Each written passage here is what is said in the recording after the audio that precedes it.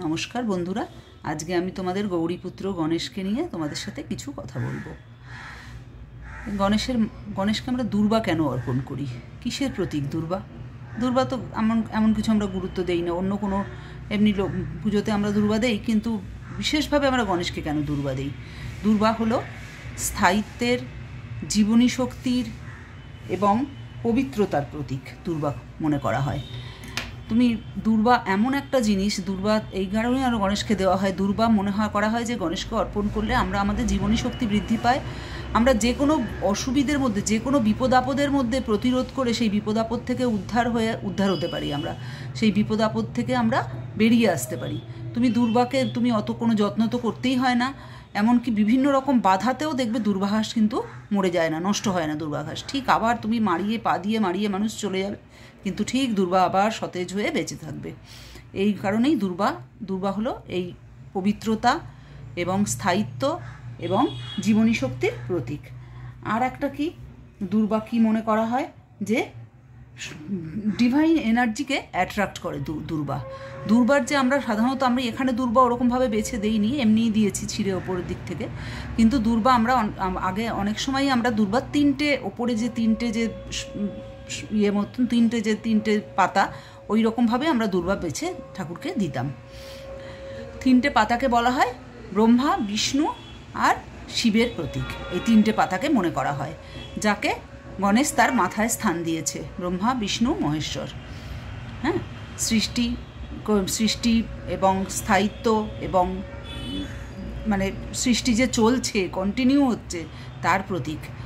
এই কারণেই দুর্বা গণেশকে আমরা মাথায় দেই। বন্ধুরা, তোমাদের মাঝখানে আলোচনা থামিয়ে একটা কথা বলি। তোমরা সাবস্ক্রাইব যারা করোনি এখনও, তারা আমার চ্যানেলটাকে সাবস্ক্রাইব করে আমার সঙ্গে থাকো। আর যারা করেছো তাদের তো আমি সবসময়ই অসংখ্য ধন্যবাদ জানাই।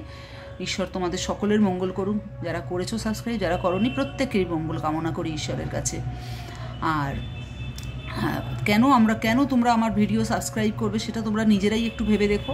আমার কিছু ভিডিও থাকে যে শুধু ঠাকুরের আরতি হচ্ছে বা কোনো ঠাকুরের ছবি, কিন্তু অধিকাংশ আমার ভিডিওতেই তথ্যমূলক আলোচনা তোমরা পাবে। তোমরা 3-4টে এই ধরনের ভিডিও তোমরা দেখলেই বুঝতে পারবে যে তোমরা একটা নতুন তথ্য হলেও তোমরা জানতে পারছো।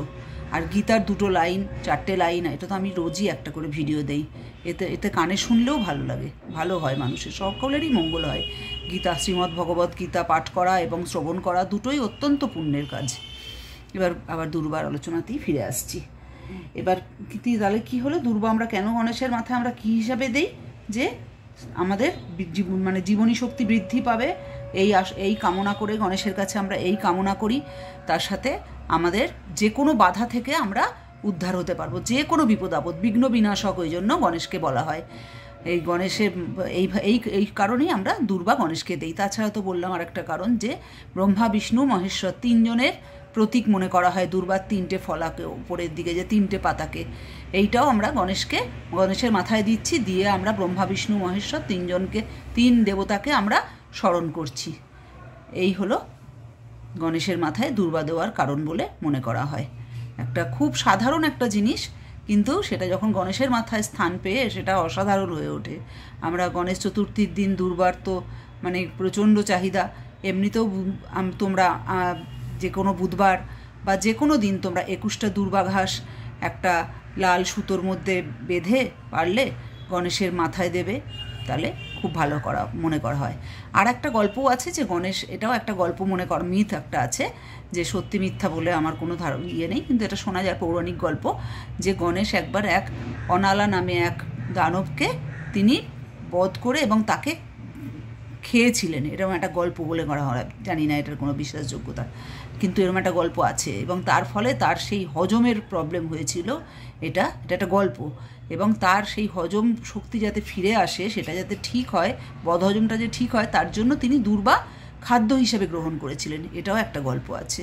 এই গল্পটা আমার মনে হয় তোমরা নতুন জানলে, আমিও কোনো জায়গা থেকে জেনে তবেই তো তোমাদের কাছে বলি। আমি তো আর নিজে এগুলো কোনো সৃষ্টি করি না। এবং নিজের জ্ঞান যত শেয়ার করা যাবে, যত জ্ঞান তুমি বিলি করবে, তত তোমার জ্ঞান বাড়বে। এই যে তোমাদের সাথে আলোচনা করি, এই জিনিসগুলোর এই জ্ঞানের আমি যত তোমরা দেবে, যে কোনো মানুষই, আমাদের বিদ্যা যত দান করা যায় তত বাড়ে। এটা এমন একটা জিনিস। তোমরা গণেশকে দুর্বা দেবে। ফুল আজকে আমি দেখো একটা মাত্র আমার বাড়িতে ফুল আনিনি, একটাই ফুল ছিল নয়নতারা, সেই গণেশের পায়ে। গণেশকে ফুল না দিয়ে তো কোনো দেবদেবীকেই ফুল দেওয়া হয় না। আর দুর্বা ওইটুকুনি আমার তুলসী গাছের টবে ছিল, সেটাই দিয়েছি। তোমরা গণেশকে দুর্বা দাও, 21টা দুর্বা, বা যে বেজোর সংখ্যায় যে কোনো 7টা থেকে শুরু করে যে কোনো সংখ্যা, 5টা থেকেও দিতে পারো, 5টাও দিতে পারো। গণেশকে এমনি না লাল সুতোতে বেঁধে দিলেও, এমনিও সাদা চন্দন লাগিয়ে গণেশের মাথায় দাও দুর্বা। গণেশ তোমাদের সবার বিপদ আপদ থেকে সবাইকে উদ্ধার করুক, সবার মঙ্গল করুক, এই কামনা করে